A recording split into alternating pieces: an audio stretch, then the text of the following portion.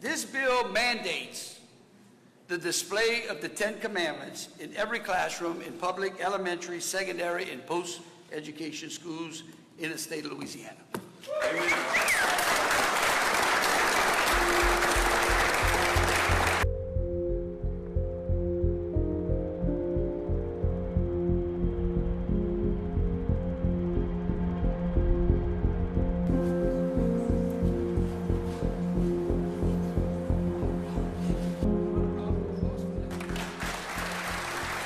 Today, we fulfill our promise to bring drastic reform to our educational system and bring common sense back to our classroom. A strong education system leads to a strong economy and a strong state. This bill mandates the display of the Ten Commandments in every classroom in public, elementary, secondary, and post-education schools in the state of Louisiana.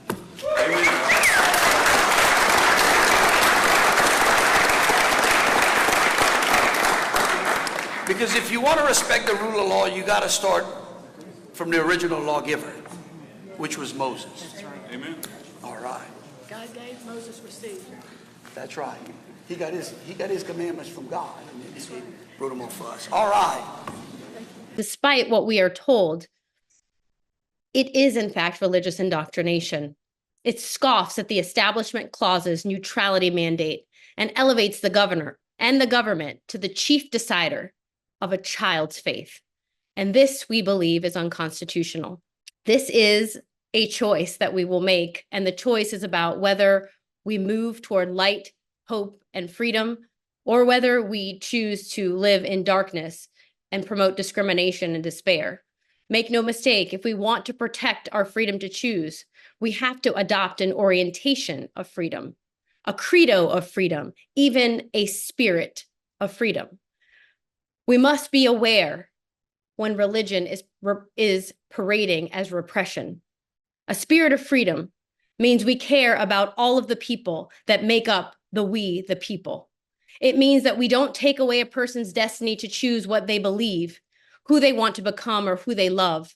It means we protect and invest in our children by teaching them core values like kindness, compassion, empathy, and peace. Many of our founders would have had no issue with religion being a little more present in our public school system. So that's not the issue at all. The problem with what Louisiana is doing is they're really trying to make a point about one particular religion, right? They're not being expansive and trying to include Muslims or even Jews, even though the Ten Commandments comes from the Torah. They're really trying to make sure that evangelical Christianity is preeminent and very noticeable in the public school system.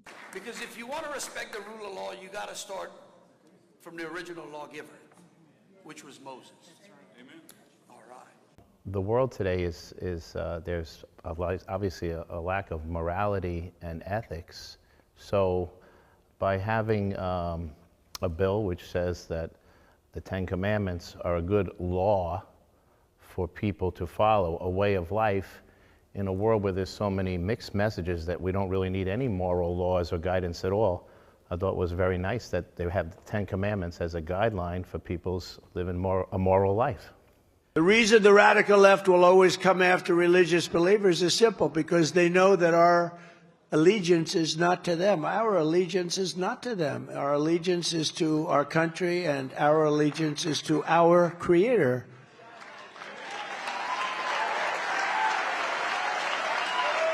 And we do not answer to the bureaucrats in Washington. We answer to God in heaven. You're not even allowed to say that anymore. Today, if you say that, they want to arrest you. Who likes the Ten Commandments, by the way, going up in the schools?